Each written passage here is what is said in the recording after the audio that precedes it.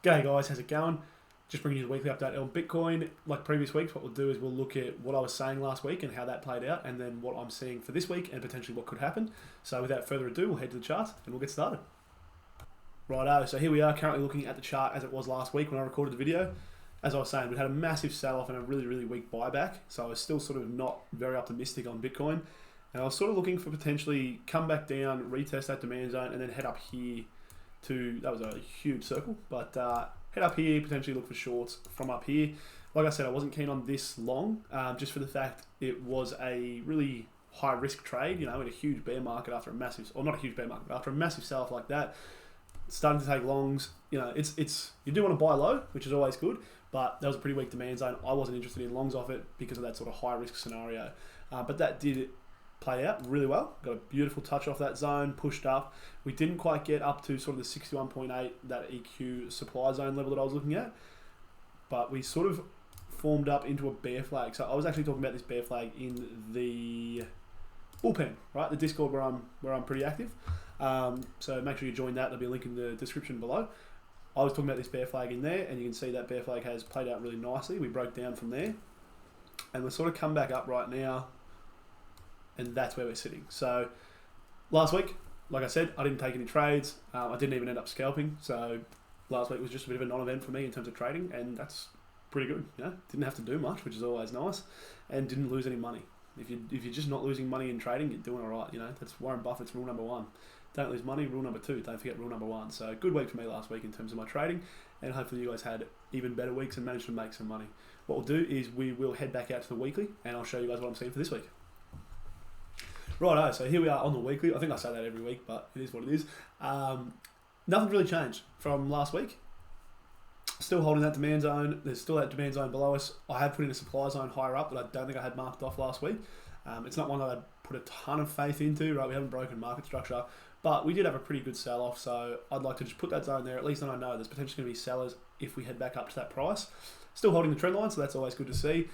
Had a doji last week, so we got a bearish engulfing, a doji. There's the potential that we'll get a bullish engulfing this week for a morning star, but you know, you can't say that until you can't know it's confirmed until it happens. So obviously got to wait another 7 days until we can actually say whether that will happen or not. So really on the weekly, not seeing anything much worth talking about. On the daily, sorry, it's taking a little while to load. There we go. On the daily, again, not much has changed, right? There's a daily EQ that I put in that I missed last week. So you can just see that's held pretty well each time we've come to it. You know, there, active support there, and we've just rejected off it in the last week. So I've put that level in this morning. I've also got my fibs, but in terms of zones, same zones as last week. This demand zone that we slightly front run, and this supply zone that we created with the drop, 61.8, the daily level there. I do still think that if we head up to this region, there's a good chance we'll find, you know, a decent amount of selling pressure and potentially reject, but until price gets there, nothing to worry about. So again, I really haven't seen much buying pressure stepping in after such a huge sell-off. So that makes me think we're probably going to continue to head down to find those buyers, right? We might find them at, what's that, sort of 41k. We might find them at 39k. We might just head up from here, but I lean towards the downside. This is why I always talk about, you know, looking at the big picture, trying to get a big picture view. I lean towards the downside now because we're really not seeing those buyers stepping in. In terms of market structure, I lean towards us heading up there because it'll give us sort of, you know, a higher low. Price doesn't usually just head straight down in straight lines, but we definitely could. Sorry, that would have been a lower high that I'm looking to form up there. But yeah, at the moment, not seeing a whole lot of buying pressure, so that's just making me think the downside is more likely. So we can go and find those buyers before we, you know, start to head up again. That's what I'm seeing on the daily, on the 4 hour.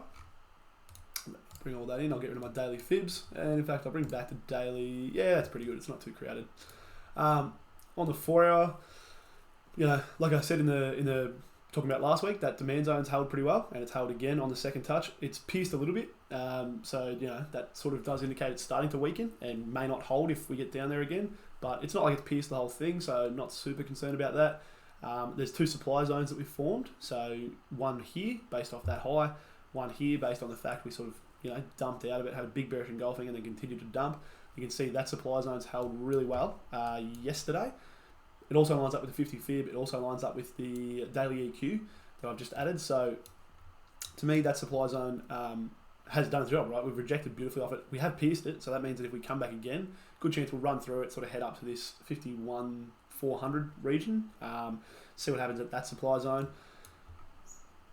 What sort of supports my my high time frame view of price coming down to these levels is we're in a symmetrical triangle, right? And so a symmetrical triangle is usually a continuation pattern. So the fact that we had a big dump and then symmetrical triangled up would indicate there's a high probability of another, I won't say a big dump, but another sell-off coming. Now, symmetrical triangles, they don't have a 100% success rate, so we definitely could just continue to head up. Like I spoke about last week, there's this region here, can see a lot of selling pressure there, and on the dailies there's this region up here, so you can definitely see a lot of selling pressure up there. But right now, my thoughts on the week are we're probably more likely to destroy this zone. We might bounce one more time, destroy this zone, and then head down somewhere to these levels or this level, searching for buyers. So, not really any trades that I am looking to take this week. The only one that I potentially would have taken was probably a short from here and a short from here. I probably would have set up 2 trades. I've missed this first one. It's played out really nicely. No good to me.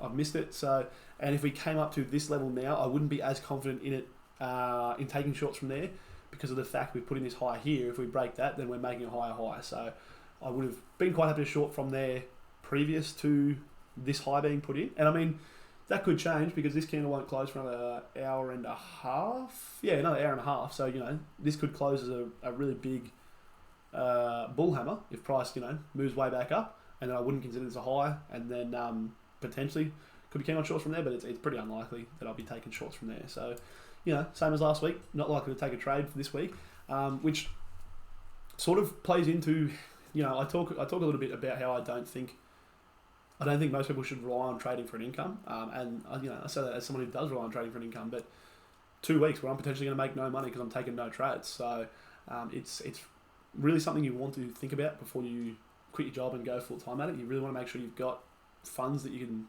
survive on if you can't make money for the week.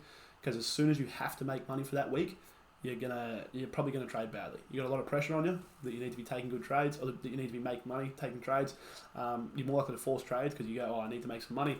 So I have spoken about this with a really good mentor of mine, and both of us are of the opinion that you shouldn't really trade to make. You should trade to make money, but you shouldn't trade to support your lifestyle. As a way of having an income. So. Or not, you shouldn't, but you really want to consider all the angles. I'm absolutely glad that I decided to do it and that I still continue to do it, but it's not the dream that everyone seems to think it is. It really does require a bit of thinking about. But yeah, that's me for the week. I am leaning towards the downside. I'm leaning towards us going to find buyers, just based on what I've sort of just shown on the daily and the 4 hour, but really not taking any trades. So hopefully you guys are slaying the markets at the moment. There's always opportunity, there's always money to be made. And yeah, that's it for me. Hopefully I'll see you guys next week and we'll have some more exciting things, maybe some trades happening. But yeah, join us in the bullpen, right? That's where a lot of the action happens. I'm pretty active in there. I'm sharing charts, talking about things constantly. So if you do want to get involved in a really great community, that's the place to be. Link in the description, and I'll see you guys soon.